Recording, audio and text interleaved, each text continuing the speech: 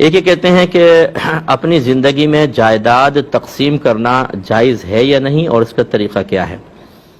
دیکھیں، جتنے بچے ہمیں سن رہے ہیں جن کو اولاد کہہ سکتے ہیں، آپ کے ماں باپ اگر پیرنٹس ابھی حیات ہیں، اللہ ان کو درازی عمر بالخیر عطا فرمائے، وہ اچھی طرح اس مسئلے کو سنیں۔ بعض اوقات اولاد یہ سمجھتی ہے بھی ماں باپ زندہ ہیں، ان کی پراپرٹی میں، ان کی دولت میں ہمارا حق شامل ہو گیا۔ جب تک ماں باپ زندہ ہیں اولاد کا ان کے مال پر کوئی حق نہیں ہوتا۔ لہذا جو اولاد زندگی میں ڈیمانڈ کرتی ہے بھی میری وراثت مجھے دے دو، ابھی آپ کو کہاں سے دے دیں صاحب؟ پہلے تو آپ ثابت کریں کہ آپ کا حق مال میں شامل ہوا ہے۔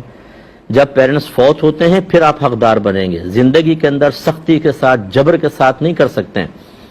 یعنی ایک خاتون نے تو مجھے ایسی بات کہی کہ اللہ تعالیٰ بس رحم فرمائے ایسی اولادوں پر۔ چلے میں وہ بات نہیں کہتا، ذہن میں تو آئی تھی، لیکن شاید وہ خاتون پسند نہ کریں اور مناسب بات بھی نہیں تھی جو اولاد کی طرف سے ماں کو کہی گئی۔ اللہ تعالیٰ رحم فرمائے ہماری حالتوں پر۔ اور اس کی سب سے بڑی وجہ یہی ہے جو میں اکثر آپ کو عرض کرتا ہوں، اپنی اولاد کو دین سکھائیں۔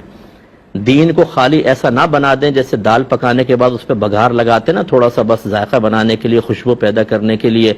ایسا ہم نے اپنی زندگیوں میں اسلام کو داخل کیا ہوا ہے۔ حالانکہ اللہ تعالیٰ فرماتا ہے یا ایھا الذین آمنوا ادخلوا فی السلم کافہ، اے ایمان والو اسلام میں پورے داخل ہو جاؤ۔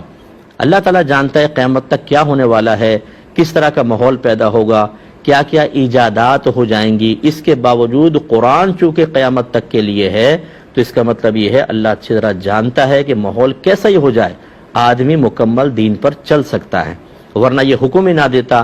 کیونکہ جب ہم چل ہی نہیں سکتے پھر حکم دے گا تو یہ تو ظلم ہو جائے گا۔ جیسے اندھے کو کہیں کہ تم دیکھو نہیں، میں تمہیں حکم دیتا ہوں، ارے بھائی وہ تو پہلی عاجز ہے، پھر اس کو حکم دینے کا کیا فائدہ تھا؟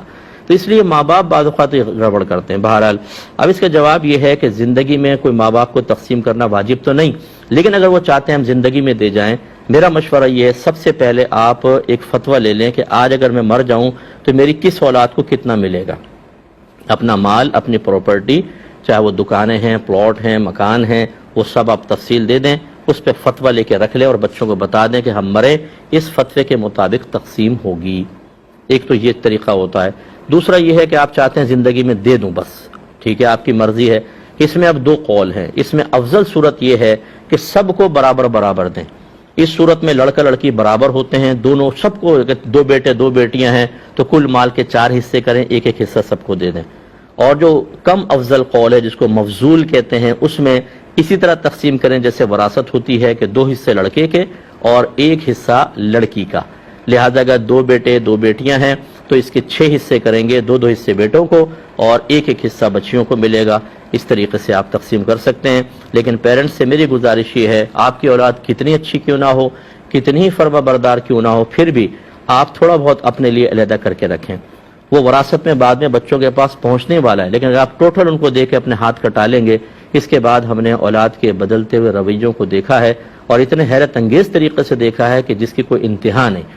اولاد اصل میں نہیں بدلتی، ان کو مشورے دینے والے بدل دیتے ہیں۔ اگر بیٹا ہے تو بیوی کہے گی کہ اب میں تمہارے بوڑھے ماں باپ کی بالکل کیئر نہیں کروں گی، نکلو یہاں سے اور علیحدہ چلو، ہم وہاں جا کے رہیں گے۔ اس سے پہلے وہ دوائیاں بھی لا کر کھلائے گی، ساس کو بھی، سسر کو بھی، چائے بھی بنا کر دے گی وقت پر۔